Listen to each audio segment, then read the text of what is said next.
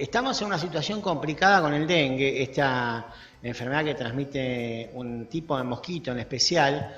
Y bueno, todos los años hay que hacer campaña, todos los veranos, cuando termina el verano, sobre este tema porque es la forma de que la gente tome conciencia, ¿no? Porque hay muy poquitas cosas que se pueden hacer y que son efectivas, que podemos hacer en nuestra casa, para evitar esta enfermedad que es muy molesta y si te agarra por segunda vez es una enfermedad que es muy mortal, ¿no?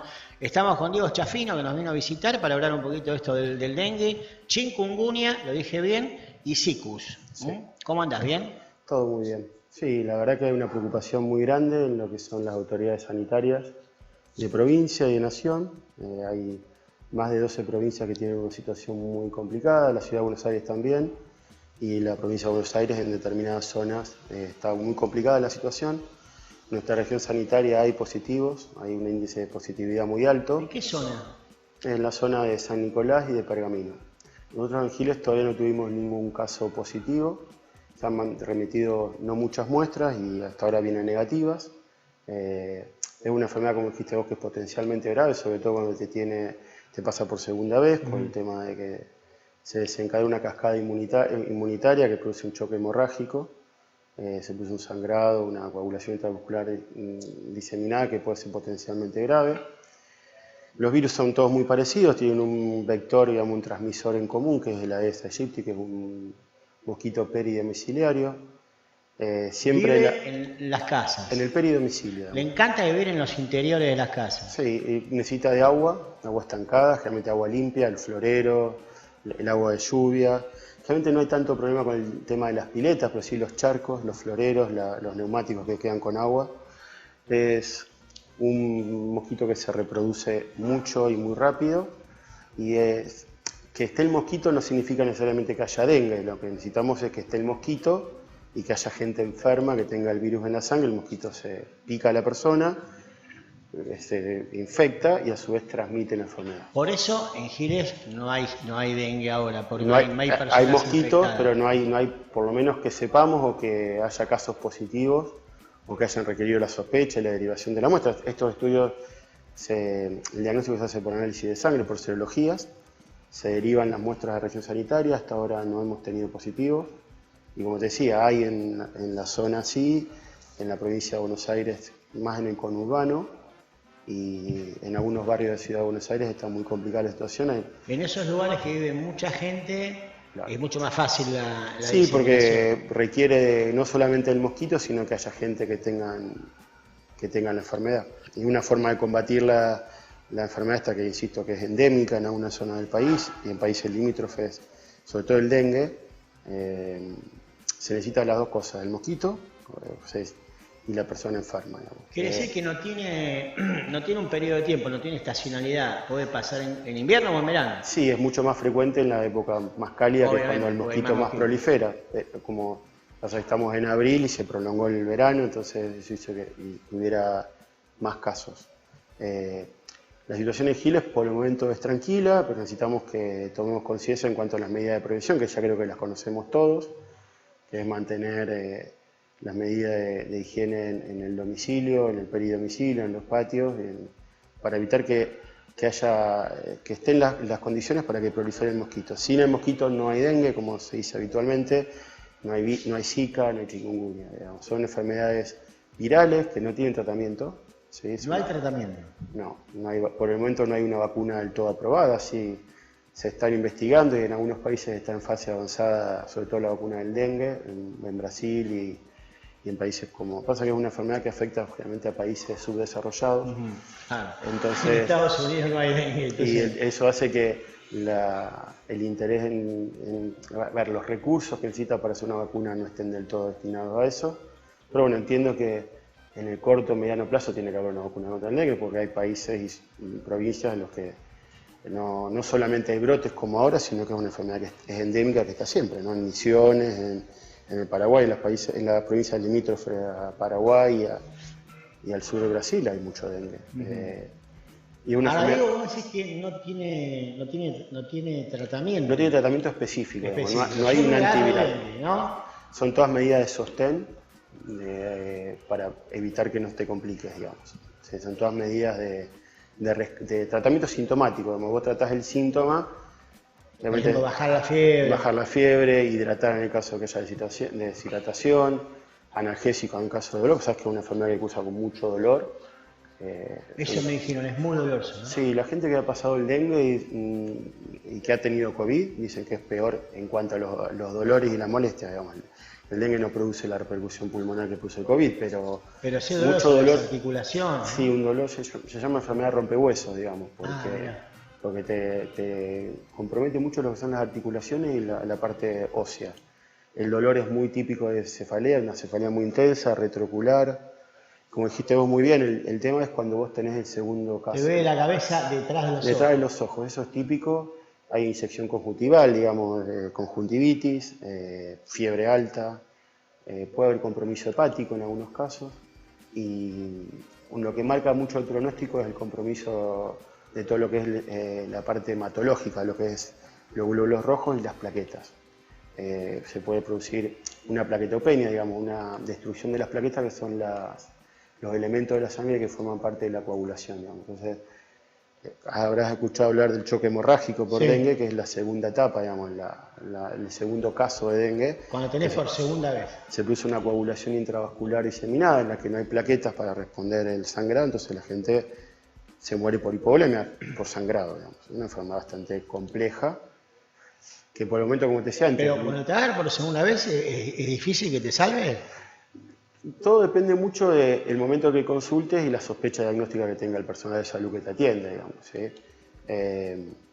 Hay tratamiento de sostén en algunos casos, se hace transfusiones de plasma, hay elementos como... No es que el segundo caso de dengue siempre es mortal. Pero es peligroso. Es más peligroso, seguro que sí. Y acá, como siempre, la medida de prevención es clave. Y depende mucho más allá de lo que le toca hacer al Estado como tal, de lo que hacemos cada uno de nosotros. Ahora, el cuidado de la casa, ¿no? Hay que usar insecticidas, obviamente, ¿no? Sí. O espirales, qué sé yo. Los espirales hay que tener mucho cuidado si hay personas que tengan factores de enfermedad respiratoria. Digamos. Vos no podés poner una espiral o tirar a los soles si tenés un bebé, o tenés un anciano, o tenés un paciente con EPOC. El mosquitero creo que es fundamental. Cuando salís a pescar o a caminar o a hacer deporte, usar los repelentes, usar en lo posible mangas largas, tener la menor cantidad posible de piel expuesta a la picadura. Y sí, en casa usar todas las medidas de prevención para que prolifere el mosquito, ¿no? Me contaron que es un mosquito que vuela bajito y que te pica las piernas y los pies, básicamente. Exactamente, ¿no? Y tiene un horario generalmente más a la tarde, no le gusta mucho el sol, más a la tarde y a la mañana temprano. Es un mosquito que existe, que está, si nos ponemos a ver, seguramente hay Aedes aegypti en todos lados. No tenemos, por suerte, el otro factor que es la persona que tiene el virus en la sangre, que es necesario, igual que el mosquito, para transmitir la enfermedad, ¿no?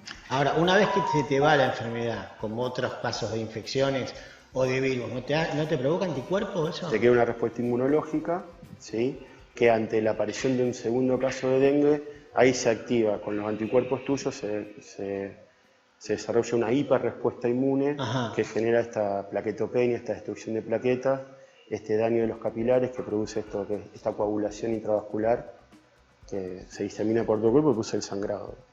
Hay municipios, lo vimos en Areco la semana pasada, que por ahí fumigan lugares donde hay cursos de agua, donde espacios verdes. ¿Eso puede contribuir? Eso es una medida... no mucho, porque si vive dentro de la casa... Una medida de emergencia, digamos, cuando vos tenés mucha proliferación, pero no es no es la única medida. Creo que es una medida más dentro de un marco... Es una medida más, no la más importante, dentro de un conjunto de medidas que hay que tomar. Creo que es fundamental la responsabilidad de todos en ese sentido, digamos. Porque insisto, el mosquito, si vos lo tenés en tu casa, digamos. Te pica a vos, o a tu vecino, o a tu hijo, o a... no sé. ¿Hay casos de bebés que se han contagiado? Sí. Es una enfermedad que el mosquito no respeta, te pica bebés, pica adultos. Pero ¿no es más complicado cuando lo pica un bebé? Yo por suerte no he visto ningún caso de dengue. Es como todo, el primer caso generalmente no hay, todo depende también del paciente, digamos, el sistema inmune del paciente, si la enfermedad tiene factores de riesgo. Sí. No es lo mismo en dengue en un paciente inmunocomprometido que tiene algún problema de salud, o problema oncohematológico, algún problema patológico, digamos, que una persona sana, que es joven y sana, digamos. Siempre es mayor de riesgo, siempre están más expuestos las personas que ya tuvieron dengue o que tienen algún factor de riesgo de desarrollar una enfermedad grave. Es como todas las enfermedades virales, digamos, como el COVID, como la gripe. Toda persona de riesgo tiene que tener mayor cuidado. Bueno, los bebés me supongo que, como decís, no se le puede poner una espiral, no se le puede poner quizás alguna crema. Lo mejor es el tul, ¿no? Siempre la mejor medida de prevención en el caso de así es las medidas de barrera, que son el mosquitero y el tul. El tul es fundamental, es muy importante. Y sobre todo el cuidado en la casa, la limpieza de la casa. Empieza ahí la cosa, ¿no? Ahí y se va haciendo el efecto cascada, digamos. Si vos te cuidas y tu vecino no, o el vecino al lado, o el otro vecino no, es como que el mosquito está circulando, entonces creo que es un trabajo de todos en ese sentido. Hoy Germán International me hizo una pregunta, te la voy a hacer a vos también. ¿Por qué pensás que la Organización Mundial de la Salud no declaró el fin de la pandemia todavía, de COVID? La verdad es que no lo sé, pero si vos, yo creo que a los fines prácticos ya está, digamos. Creo que me impresiona que está relacionado con que hay zonas del mundo, África, donde todavía no hay tasas de vacunación que son las adecuadas. Hay mucha relajación con el tema de la vacunación, digamos. Hay muchos esquemas incompletos, muchísimos esquemas incompletos. Hay una vacuna que no ha tenido mucha aceptación en menores. Cuesta mucho que los padres vacunen a bebés o a chicos. ¿Por qué? Si los padres se vacunan, ¿por qué no vacunan a su hijo? Yo creo que... para mí no tiene mucha explicación. Yo creo que me cuesta mucho, me lo estoy hablando como pediatra, ¿no? Cuesta mucho indicar la vacuna. ¿Indicarla? Yo les indico, obviamente. La aceptación de la indicación en realidad es la forma mejor de decirlo. Yo creo que hay bastante resistencia con la vacuna. Hay padres que, te pasará también a vos, que muchos esquemas de 3 dosis, 4 dosis. La vacuna está, digamos, está la bivalente. Creo que hay mucha mala prensa y creo que con el tema, la vacuna me hizo mal, me dio fiebre. Sí. Eso es una cosa que yo no entiendo, digamos. No me vacuno más porque cuando me di la vacuna tuve un día de fiebre. Y bueno, obvio, te pusiste una vacuna. Sí, te pusiste una vacuna. Pero, peor es estar 20 días en un respirador. Pero eso es muy difícil que la gente lo entienda. Sí. A ver, de 10 personas las que tienen reacciones adversas leves, fiebre, dolor de cabeza, son 2. Pero esas 2 personas salen con la corneta y con el bombo a decir que la pasaron mal. Los otros 8 que se vacunaron y no tuvieron nada, es como que pasó la vacuna. Empezó la campaña de vacunación de la gripe también, Marcelo, va muy lento. ¿Muy lento? Va lento, sí.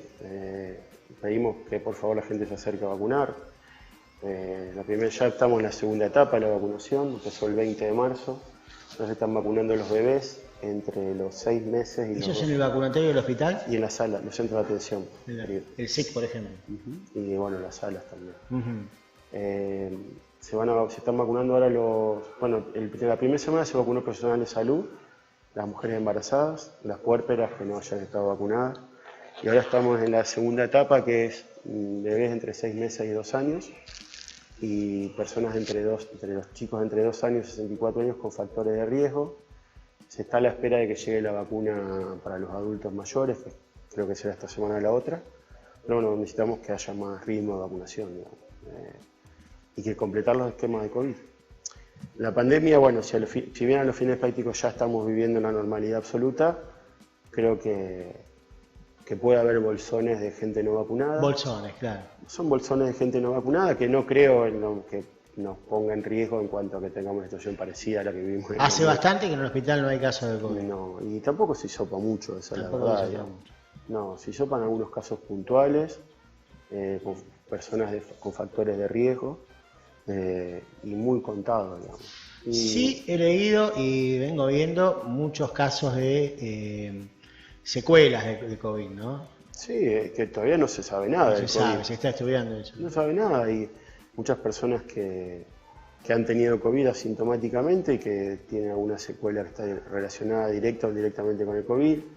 Hay gente que está cursando COVID prolongado, es una enfermedad que está dentro de lo que es la enfermedad que se estudian ahora. Ten en cuenta que la pandemia hoy es 28 de marzo, hace 3 años y 15 días que empezó la pandemia. Por lo menos que tuvimos el primer caso en Giles que se activó el 27 protocolo. de marzo del 2020. No, fue el 13 o 14 de marzo. 13 o 14 de marzo, 27 creo que fue la muerte, me parece. Por eso, entonces hace 3 años que empezó la pandemia. Es verdad, la OMS todavía no dijo que terminó, pero que hay gente que quizás tiene COVID prolongado, hay muchísimo. Mucha gente que no se le va el COVID. No se le va o que quedó con una secuela respiratoria, con una secuela neurológica, con una secuela emocional. Hay mucha Bueno, gente, eso hay mucho. Muchísimo. Hay mucha gente que la pasó realmente muy mal, que ha perdido familiares por el COVID. Y eso, por eso la pandemia fue tan compleja, digamos, porque dejó secuelas de todo tipo, económicas, personales, familiares. Por eso creo que tenemos que mirar para atrás y bueno, estamos mejor, hay que seguir vacunándose, completar esquemas, eso es clave, digamos.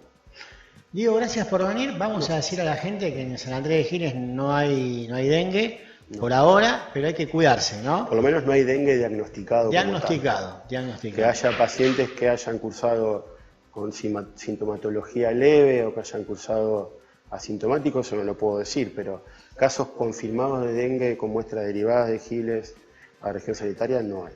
Bien. Positivas no hay. Limpieza en el hogar, descacharreo, y consulta en caso de... No todas fiebres dengue, claro, ojo. También. Eso tampoco, pero bueno. Porque uno agarra la tapa de crónica y el otro día tiene fiebre y había mosquito en su casa y dice, che, tengo dengue. No. Por eso, con cuidado, con criterio, digamos. Más que con criterio.